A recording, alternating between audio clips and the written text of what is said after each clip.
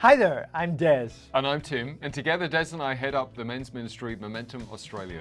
Momentum has multiple functions, but primarily our aim is to help men to succeed in life, to do life better. We run a weekly radio show that goes all around Australia where we talk about anything and everything that relates to men. And you know, we encourage men to do life in community, to do life with other men where we can be accountable, we can be welcomed, we can be open and honest about what's happening in our world. We'd love you to have a look around our website. That's momentumaustralia.org. There you'll find a bunch of resources to help you on your journey and all of our previous episodes and topics. We thank you for your interest in Momentum Australia, and we hope you enjoyed this video today. All right, well, once again, it is Momentum. Hello there, and wherever you are around Australia, welcome to this week's show with Tim and Des. Really great to have you tuning in. A point to our website before we do that, momentumaustralia.org. Send us some feedback, maybe ask us a question. Have a listen to some of the previous shows, and of course, you can consider financially supporting Momentum too. We'd really appreciate that. Des, my co-host, partner, good friend, are you well this week? Yes, I certainly am. And you know, we just love doing this. We really love helping men to succeed in life and do life better. And just one of the things I want to mention is our care line, Momentum Care Line, brought to us by our friends Careline Communications, and they're a ministry in their own right. And they provide this service to us. And it's 1-800-000-MEN, 1-800-000-636. It's available from 7 days a week from 9 o'clock to 11 p.m. That's 9 o'clock in the morning to 11 p.m. 1-800-000-636. And there's a team of people who are available there confidentially. If you haven't got somebody in your world you can talk to and you're struggling with whatever it is in your world, please feel free to reach out to our care line, 1-800-000-636. Yeah, you know, there's a whole bunch of reasons as to why you might do that. One of them might be marriage. It is a wonderful thing, but let's be honest, marriage is not easy at times. And a good marriage certainly requires intentional time, effort, self-sacrifice, understanding, and a lot of patience. It certainly does. And we're going to talk today with our very, very dear friend, Brett Ryan, who is the CEO of Focus on Families. So welcome, Brett. It's a pleasure being with you once again. Yeah, and we're going to talk about the 12 common problems in marriage. It's hard to put them on a numerical number because I can vouch that Will may share all 12 of them, and there'll be people say, well, where does my problem fit in? Yeah, that's right. So it's an exhaustible list. So it's 12 plus. But we also know that, you know, marriage is, as you said so rightly, Tim, it takes a lot of effort. And anything worth fighting for is going to take a lot of effort on your part. But it's doable. And when you succeed and you have that long life marriage, it just gives you that feeling of success. Not just for, you know, your own self, but for the legacy behind, you know, for the children that see and have that generation to generation to actually, you know, say, hey, you know, it can be done. It's hard. It's effort. It can be exhausting, but it is so rewarding. Yeah. Let's go straight to number one, which is lack of communication. And I mean, let's be honest, when you're not communicating effectively, let alone at all, but effectively, a lot of things can get misconstrued, misinterpreted, and it can lead to a whole bunch of then conflict and confusion. So let's talk about lack of communication. What are your thoughts around, I suppose, why that might be? Because obviously we can say one thing, but it might not be heard the way that we mean it. I mean, just speaking to that space for us, lack of communication. Exactly right. You might say something, like you might even ask the question, how are you feeling, to your spouse? And they say, I'm fine. And but you're not reading between the lines, because we all know that FINE stands for freaked out, insecure, neurotic, and emotional. Or you ask them, can I go out and play golf? And they said, yes. And you're not reading between, you hear the words that you want to hear, but there's a tone, there's a body language. So communication is not just what you hear, it's what is behind it. And we're not mind readers, but that only comes, you know, if we ask the right questions, you know, help me understand. And so communication is vital for a healthy relationship. And it's something that we at Focus on the Family Australia want to be able to help men and women to be able to communicate more effectively. And I've shared in another podcast about the fact that we've got a two-part series called Caring Communication Conflict. Some tips, things to avoid, things to assist in how you communicate. And we've got 2 ears, 1 mouth. We should use it in that ability and use it in that ratio. And communication, the greatest asset you have are your 2 ears.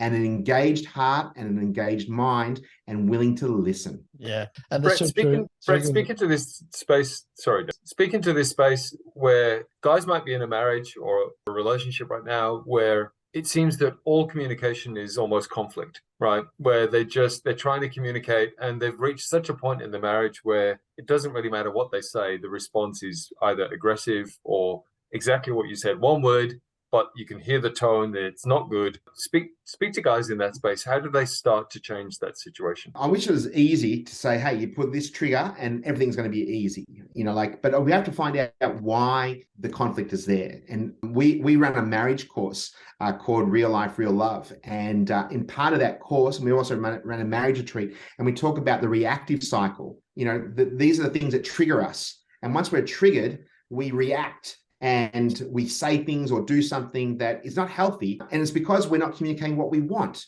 And we also have to know that there's the situation where it's called the relational responsibilities, the principles of relational responsibilities. And our responsibility is we have to look after our own backyard.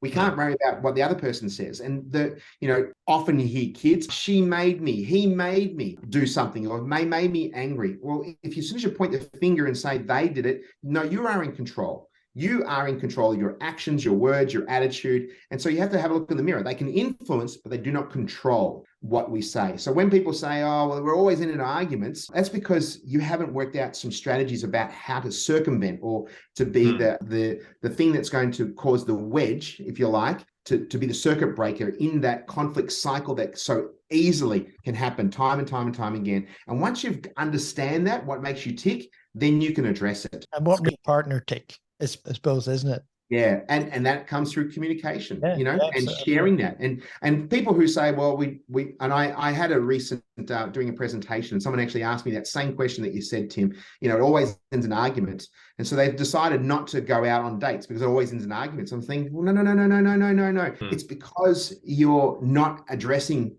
properly the communication. I said, why don't you go out with a goal to go out and say, determined that we're not going to talk about anything deep and meaningful, just be very light, and you'll come away from it saying, hey, we didn't argue. Tick, wonderful. Why don't we try this again and build that own, pardon the pun, its own momentum, because it starts being successful when we actually say, hey, we can have conversations that don't end in disaster. Yeah. Number 2 is lack of intimacy. And notice it didn't say lack of sex, but I mean, intimacy and sex, I mean, they're kind of similar, but they're two own entities. I mean, let's be honest, you can create intimacy without having the physical intimacy. And I think, again, for a lot of guys, this can be a struggle because, I mean, let's be honest, we like the physical, but we've got to create the physical outside of the bedroom via intimacy before we get the physical. We talk about emotional intimacy, and that's the uncomfortable things for many guys. They don't want that touchy-feely type of conversations, but they want the sex, they want the physical content, but they don't want the emotional content. And the ironically is that how God's designed us, we're so different. And for women to be intimate, they need to be emotionally connected.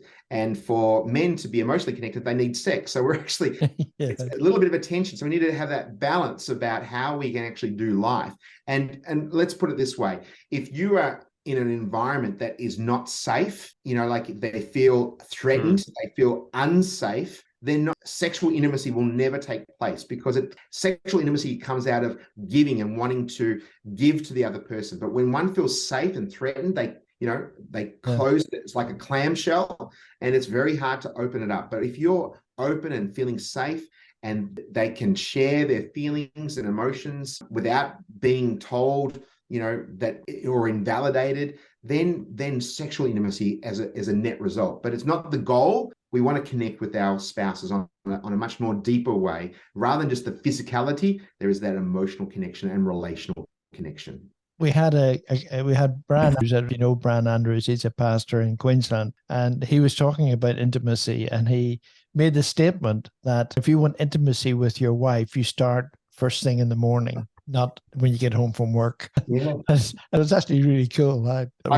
think I wrote an article called "Foreplay Starts in the Kitchen." Yes. But that also includes, and as I think I've jokingly said, intimacy comes with a vacuum cleaner and cleaning and doing things. It is a day's worth of foreplay. It's connecting on various levels. And I've said in another previous podcast about serving the other person, not from what you get, but what you can give. And that's what relationship is, that sacrifice. And yes, there may be dividends, but if you go in with a motive, if I do A, B, and C, look at me, I've done all these good things, and the motivation, the end goal was sexual intimacy, then your motivation wasn't. Yeah. A shower and a shave helps, just FYI too, but we'll move on from there. Number 3, different life stages. I mean, that can be challenging, right? Within a marriage, if we're at different stages, we're facing different things, we're feeling uneasy about that, or things are happening. Maybe somebody's got a new interest and we don't like that, or, you know, I mean, there's these different things that happen along the course of a marriage that can try and pull us apart. Yeah, I mean, we start off with marriage that, you know, it's all going to be roses and we're going to have, you know, sex on tap because we're married and everything's going to be wonderful. And then life comes, you know, we've got children, and then we've got financial situations, then we've got older parents, and then we're going through menopause, and then we're going to have our own personal health issues, different life stages and how we process it. So staying connected and close to one another is vital. And we approach things differently, and that's okay. But coming together and having that reconnecting, we can overcome the difficulties and that's going to come our way. It's inevitable. It's going to happen. And you know, whether it's financial, whether it's, you know, our children making poor decisions, staying close together and knowing that, you know, if we stay close together and we don't become combatants, we are teammates doing life together, we can go through these different stages. Number 4 is a biggie, infidelity. And that's not necessarily about just physical cheating either. I mean, there's other ways that we can be unfaithful to our partners, right? Very much so. We can talk about emotional infidelity, and that seems to be increasing, that we connect or we share with somebody who we may not be physically connecting to them, but we can actually emotionally connect. And that's just as significant of lack of trust. And that could be even via the social media platforms, sharing something and texting. And I've dealt with a couple at a camp, and he was sending quite intimate texts to this other woman and thinking it's okay. And his wife approached him, and he was clueless. He had no idea. And he says, well, I haven't had an affair. I'm just connecting with them. And they were talking and discussing at late at night. And he just disconnected from the reality of what that unfaithfulness, a healthy relationship's built on trust. And when trust is broken, then it's very hard to earn that. And it takes time to earn that trust once again. Yeah, and the next one obviously is linked to that in some way, and that's about jealousy. And you know, and guys very quickly, for all the wrong reasons, can, you know, become excessively jealous, and it just destroys a marriage, doesn't it? Very much so. I mean, we can have jealousy for all the things. We can have the social media jealousy. You know, look at those people, look at their wonderful meals, look at their wonderful holidays, look at their wonderful family. They all seem to be smiling, and we can be very jealous of that, and that can cause a wedge, because let's face it, you know, if you're comparing yourself to other people, then it's very hard to keep up that standard and, you know, to provide for your family like you see other people, and that causes a wedge. That jealousy is a seed for resentment and bitterness, and I talk about that often. But the fact is, we need to make sure that we are not. We can have that sort of like, that would be nice, but it'll be a nice want, but it's not a need. As long as we're together and we're doing our life together, we don't have to be jealous about what other people have and say, because we know that people who are, you know, uber wealthy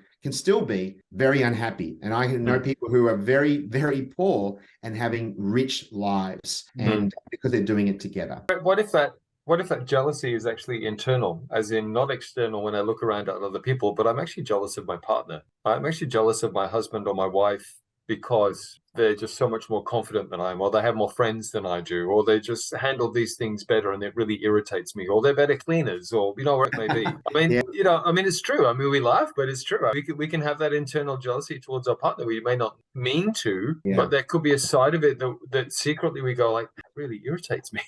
And obviously, you know, we have different personalities, and it'll be nice that we're exactly the same, but we're not exactly the same. Life would be very boring if we're exactly the same. We should embrace our differences.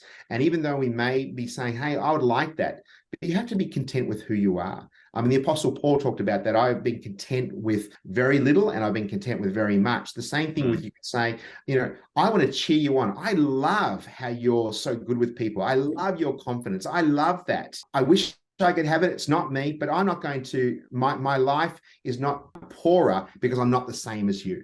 I'm going to be content with who I am and my identity, who Christ loves me for who I am. And then we don't need to be jealous. And the next one is about, you know, over time, so easy to fall into the area of boredom. where you're with somebody every day. There's no excitement. It's just day after day after day. How do you overcome that? Well, we can all get in ruts, and we can also take our spouse for granted, and we have to make the effort.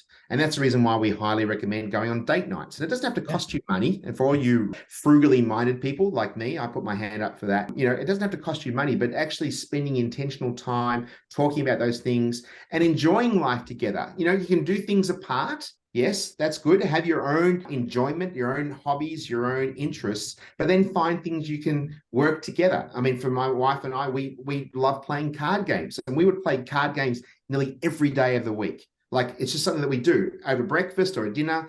We have our meal, we're talking, and we're playing card games. It's never boring. We can have conversations with lots of good conversations, and there's silence. We just enjoy each other's company.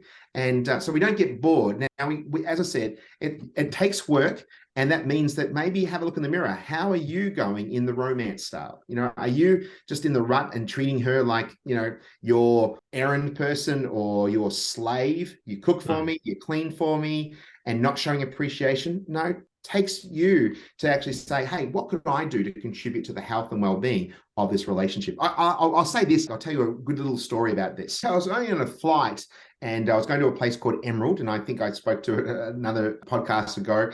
And on this particular flight, I gave my ticket to the lady, and she goes, "Where's Emerald?" And I said, "Oh, it's up in Queensland." And she goes, "Oh, that sounds lovely. What are you going to do? Are you going on holidays, or are you going on business?" I said, "I'm going on business. I'm actually running a marriage conference." And she goes, "Really?" She goes, well, and she asked me some more questions about what I do for a living, and it's a great conversation starter. And she goes, "Oh, that sounds like a wonderful thing." She goes, "Oh, I've been married for 25 years. And she goes, "But it's a bit boring," she says. And I said, "Well, is he a good man?" "Oh, he's lovely. He's absolutely lovely. He's a beautiful man." I said, "Well, have you told him that?" "No, I couldn't say that to him." I said, "You just told a complete stranger how beautiful and how lovely he is. Why don't you go and tell him first?" "Oh, I couldn't do that. He doesn't say it about me." I said, "Well, that's transactional. You're saying something only if you get something back." I said, "Why don't you go home tonight and tell him how beautiful and wonderful and how you told a complete stranger this same story?" And she goes, "I think I could do that." She goes, "Do you have a card?" I said, and I just thought, this is a woman who's been married for 25 years and realizing she was saying she was in that rut, she was in that boredom phase, but they have to make the effort. And it starts with who you are in the mirror. What are you doing contributing to the health and well-being of the relationship? Yeah, that's a really good story. I love that. Yeah, it's cool. So, Brett, I mean, let's be honest, right? I mean, for those of us who've been married any length of time, there is a season where we can slip into that. It becomes routine. And as far as routine, when kids come along, we get to this space, and particularly as dads, we can feel like, my Monday to Friday is just work. I come home, then it's kids. Saturday, I might be doing some jobs or sport with the kids, and then Sunday's church. And then, I maybe get a couple of hours on a Sunday afternoon, and then we're back into routine Monday, and the cycle repeats. We can get into that. And, we've heard from, and we've had conversations with, I'm talking about Des and I here, and seen people in the just blow up their lives, essentially, looking for some excitement, but go and have an affair or do something stupid or go and do this, that, and the other. And of course, it's not just men. I mean, we can all do that when we reach that stage in life. But speaking to that space, particularly for guys who might be in the routine of, I'm in that slog right now. There's not a spare moment to myself. My wife and I barely see each other. We're passing ships in the night. It's become a bit humdrum, boring, and I'm looking for some excitement. Yeah, it's a reality that many people have faced, and be many people listening saying, "Hey, I'll put my hand up for that." And life can get really boring, and it can be very routine, but at the same time is that you can either make a choice of how you see this life, and even the boring and any of the routine and mundane things can still be enjoyable. You can still choose joy, or you can have a stinking attitude. What can you do? You can control that. Those who think, well, the grass is always green on the other side, and try something else and to see, but you have to look at the ripple effect. What's the consequences if you say, for example, the affair? What's the domino effect of that? What is going to happen? Not only would you destroy a relationship, but you also have your children, and they are collateral damage. They will see this, and it can destroy whole families. The ripple effect is enormous. So it is a significant cost. So what I would say to people is, don't have your children being your relationship child-centric. You need to make your relationship-centric and investing in that. And that may be putting in the calendar at the beginning of the year, we're going to go away for this weekend. We're going to organize the kids to get away. So there's something to look forward to, something significant. It may be let's put in the calendar a date night once a month, that we're going to put this as a high priority. It's like, if anyone sees the metaphor of a glass jar with rocks, and then they put pebbles and then sand and then water. Let's put the rocks, your relationship, as a priority, because sometimes we can neglect those things and we can put the kids being the most important, and that's not good, because they're going to leave the nest and you're going to look at each other and you're going to say, who are you? It's that time. So you can make it as great and as grand, and you have control of how you choose your attitude towards the routines in life. But don't look elsewhere. Look internally, how you could improve the health and well-being, and find new things to do and exciting things to do. And it doesn't have to be, you don't have to jump out of planes to be exciting. You can still find new things. And I look at my wife now, and we've been married for over 3 decades now, and I still am on a discovery about what drives her, what motivates her. And I have to be a student of my spouse. And it's my job to see her being fulfilled in God's given gifts and her talents, and see them becoming fulfilled. And I need to be her cheerleader. And that is exciting for me. And even though there may be some routines and mundane things that everyone has to face with, but I can choose how I approach that. Yeah, it's about really attitude. Good. Yeah, really good. Right. The next one is interesting. It's about disrespecting boundaries, and there's so many of us. I mean, I certainly have fallen under that camp when I was married, and so easy to start and move boundaries and adjust boundaries to suit ourselves and so forth, and not respecting other people's boundaries. Yeah, and I think it's important to allow our spouse to be individuals and not being controlled, because that's, dare I say, that's towards narcissistic tendencies. Yeah. Controlling what they do, dress, controlling who they're interacting with, controlling the finances. That's very controlling, and that is emotional abuse, and that no one thrives in that environment. In fact, what I said earlier about a safe heart, if you want to have true intimacy, you need to make sure the environment's safe. But if you are controlling the boundaries, controlling everything, then it's going to erode that trust. It's going to erode the relationship. So we need to allow our spouse to express their opinions, express themselves, give each other space, and we don't be in each other's pockets all the time. In fact, it's actually all the evidence that says that healthy relationships allow for the ebbs and flows, the breathing in, the breathing out. If we're with each other all the time, it can actually place enormous tension. But we allow them and say, hey, go and do what you do best. And then let's come together and you can share what you've been doing. And then we can actually be the richer for it if we allow and respect each other's boundaries and their individual tendencies. And the other side of that, isn't it, when you get that closeness and you do things together all the time and you don't have your individual lives, there's no room for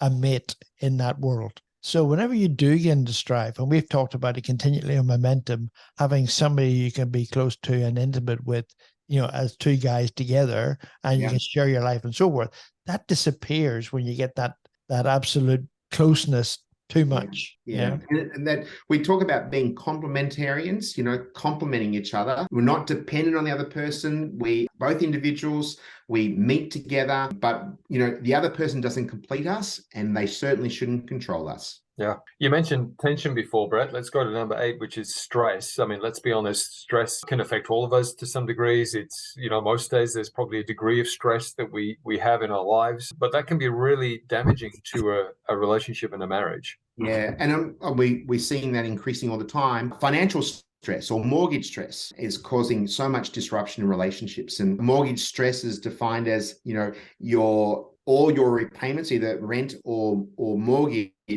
30% of your income is going towards, paying those aspects of paying down the bank or the landlord. And we're not seeing just 30% now, we're seeing up to 50 to 55% plus. And so it's placing enormous stress. But we also have not only just financial stress, we have, emotional stress, and we have, health stress. And knowing that, if we don't process it ourselves and help our spouse process it in a healthy way, it's going to cause much friction and much tension. And unfortunately, it can lead into really disunity and disharmony within a relationship. Number 9 find is interesting because we talked about core values in a previous show and coming into a relationship, making sure that we're aligned at certain levels in our relationship. And yet the truth is that you would know, Brett, you've been married over 30 years now. And of course, over that time, different things come along, and that creates an opportunity for you to potentially have a different opinion or a different value around something that perhaps you never explored when you first got married. And these things come up and you both see it differently and you're not sure how to navigate that. Yeah, and that can change over time, but that's the reason why you want to have a good foundation at the beginning. If you have a different foundation at the beginning, it's going to end up in a far worse situation later on. So having a value system at the beginning before you get married, that's important. But even when you've got married, life does throw in different opinions and politics, and we look at the gender ideology, and that can cause a amount of friction. How we parent, that we're going to have the good cop, bad cop scenario. You want to be on the same page as best you can. And if there is a difference, let's see if we can narrow the gap on how you see life together. How you manage finances is another thing. One wants to be generous, the other one wants to be a Scrooge, the other one wants to spend, the other one wants to save. We need to talk those through. And so differing in opinions is not necessarily a bad thing, but we need to be able to value and hear what the other person says. But if there's this completely disconnect, and I've been helping a young man going through this. He's been married for about 15 years, and they are nearly they're still working on their relationship, but they're finding their whole value systems. She's had a faith crisis, and that's caused a lot of tension as well. And that's, that disconnect, but they're still working on their relationship and communicating and trying to navigate those things. If one spouse decides not to continue with their faith, it's not a deal breaker per se. That person needs to make sure that that person is the number one human on this earth. And you can still make it work. So even if there's unequally yoked, that doesn't mean it's a deal breaker. And if that person's happy for you to go to church and happy for you to, go along and maybe it's a different, and it's sad and it's a reality, but doesn't mean it needs to end in divorce or separation as a result. Yeah. Number 10, you mentioned quickly there, and we've talked about this before, money problems. That can be a biggie for couples. But let's go to number 11, trauma or grief, which, that's really interesting. As you said, situations are going to happen, things are going to happen. And the way that we deal with those, I suppose, individually, but most importantly as a couple, will either determine whether we get stronger together or we allow that stuff to push us apart. Yeah. And when we do have those traumatic experiences, and whether, we saw it with floods, we've seen it with fire, we've seen it through, a disability, or if we've seen a death of a child or something like that, or, it can cause you either to run towards God or run away from God. And it can cause you to run together, or it can cause you to go poles apart. And so how we go through it, how we navigate, we don't have to be always in line with everything, because we're going to be processing things differently, but we want to be able to work through it together and process. And like if say, for example, there's a death, you don't just walk through it and say, get on with life. We have to work through the grief. And there are some times when we need to have some professional counseling through that. And we've got, actually an excellent download of dealing with grief on our website, just processing this. And so I'd highly recommend, if grief is one of your happenings in your world, be better informed on how you navigate grief and doing it together. Yeah, just going back to servanthood as well, and the fact that our partners, we serve alongside and we're servants to them. So if they're going grief or trauma, you're there for them. You submit to where they are. Yeah. And we don't want them to stay in that space. They need to start moving forward. Yes. And so if they're staying stuck, then you might need to have that external help. Time is a great healer, but there is a time when you have to, give them a little nudge. Don't nag, don't badger. But if the way that they're dealing with their trauma or their grief is compromising their health and well-being or those around them, then you need to seek professional help. The final one, and rather ironically, I think it's funny to have this as a common marriage problem, social media as a marriage problem. I think that's kind of funny. But look, it's a thing, right? Let's be honest, social media can cause some rifts. Very, very much so, because we can, we can be addicted to what's happening on social media. So it's a distraction that we're spending more time on technology rather than with our spouse. Another thing that we can have is that we, just be curious. And an old flame we had in high school, I wonder what they're doing. And in fact, in England, they did a study and they found that about 1 in 5 or 1 in 6 marriages, I think, I can't quote the actual number, so I apologize for that, actually was because someone actually reached out through social media, and that led for one thing to another. That emotional connection, emotional infidelity led to a sexual infidelity. So social media by itself is not necessarily a bad thing, but if you're doing things that are not healthy and you're doing things behind and hidden in secret, then that's a big red flag for yourself to know that this is not going to end well. And it's simple things like if you're taking your partner out to a restaurant for dinner, don't have your phone in your hand. Some simple things like that. They really can put it away. Put it away. And you might say, well, I've just left it to the side and I've even turned it upside down. Well, that's fantastic. Good on you. But if as soon as it bings, buzzes, or chimes and you pick it up, then what you're saying to the other person is your company is not as important as who's the other person. So we need to be fully present. And social media can be a good thing, but it also can be a significant trap. Yeah. 12 common marriage problems. That's been our topic this week. And again, you can find more and more resources at families.org.au. That's families.org.au. It is the website for Focus on the Family Australia. We've been chatting with the CEO, Brett Ryan. Brett, it's always a great conversation. Lots of things in there, again, that we can start looking at and potentially applying to our own lives and our marriages and relationships. So, as always, really appreciate your input on Momentum. It's been an absolute pleasure having you. Thanks, mate. It's an honor. Thank you for watching this week's show, and we hope you subscribe to Momentum so you can find out what's happening in the shows in the future. Absolutely, and keep an eye on our website too. That's momentumaustralia.org. There you'll find all of our shows and a whole heap of resources to help you on your journey. That is momentumaustralia.org. Until next time, keep moving forward with Momentum.